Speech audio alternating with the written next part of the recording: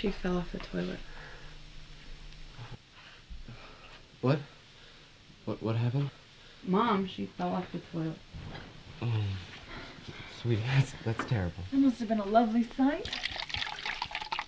Here, have some vino. It'll make you feel like your life isn't as fucked up as it actually is. Jane, no, it's not I for don't. you. I don't care about getting you drunk. I'm getting your husband drunk. I'm not drunk. I'm not drunk. Your lies I'm are not almost drunk. as convincing as little Marla's. You're drunk.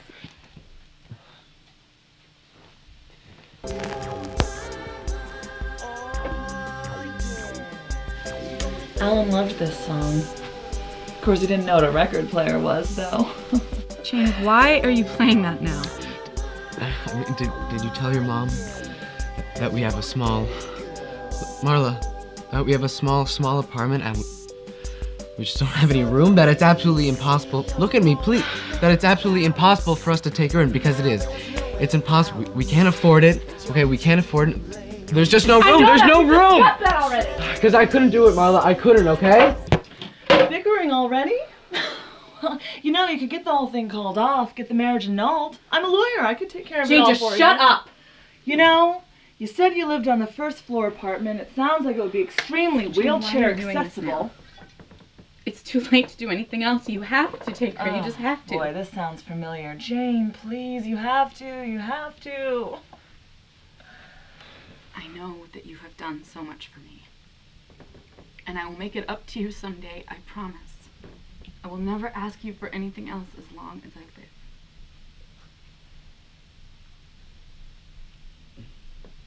Okay. Okay, sister. I will do this one last thing for you. Thank you. Thank you, Jane. I will visit all the time. I'll help out as much as I can, I promise. On one condition. What? Just name it. Allan, don't sit in that chair. One little condition. Just name it. Anything. Allan, please get out of the chair. What's the condition? Okay.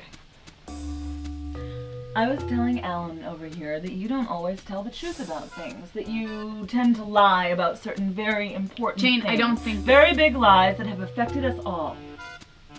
I don't know what you're talking about. I think you do. Your whole life is based on a lie, and I think it's time that you come clean. Come clean about what? Allan, get out of the Come chair! clean about... Marla! That is my father's chair.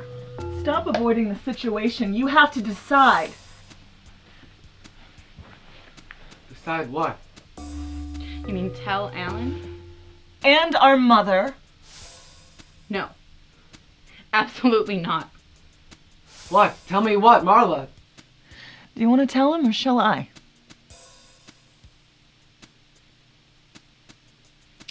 All right. Here goes. Allan, we were on this skiing trip, and... No. I'll tell it. Our father died 11 years ago. I know. Marla, you've already told me all that. It's okay. No, I haven't.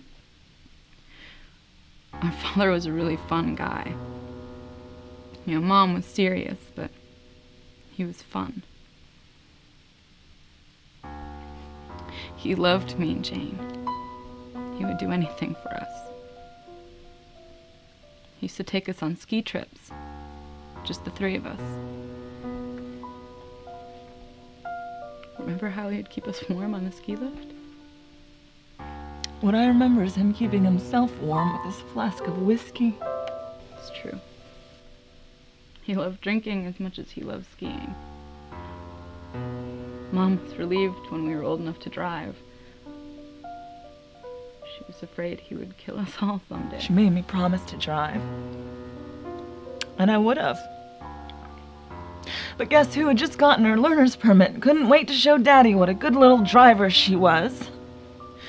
Too bad she was even drunker than Daddy. But Marla doesn't even drink. You wanted to be like him in every way. You even got your own little flask and filled it up with root beer schnapps. Very mature. But still, it was a deer. I mean, it wasn't anybody's fault. There was no deer. It was the song you were just dancing to. you talking about? It was the fucking radio. I looked down for a second to fix a fucking radio. And when we looked up, we were sliding off the road into a stone wall. He went right through the windshield. It was awful.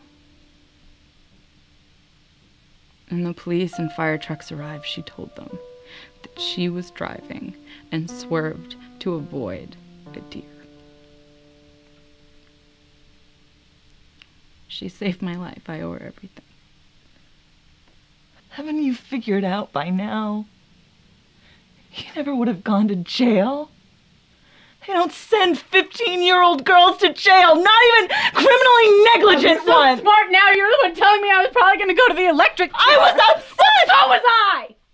Do you know what it's like to have people look at you and stare at you and say, oh, that's the girl who killed her father? Do you know what it's like to have to leave home because your own mother won't even look at you? No one made you leave home.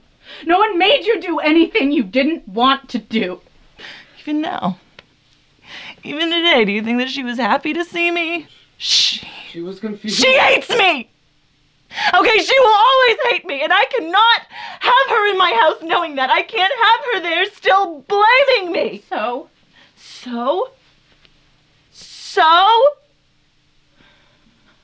I want you to tell her. I want you to tell her before you leave tomorrow morning. I want you to wake her up. I want you to tell her until she understands. And then, yeah, I'll take her in. I'll take care of her until she dies, I promise. I can't. Marla, why can't you tell her now? It's been so long, she'll forgive you. No, she'll forgive you. Why can't we just leave it alone? Who drank all the wine?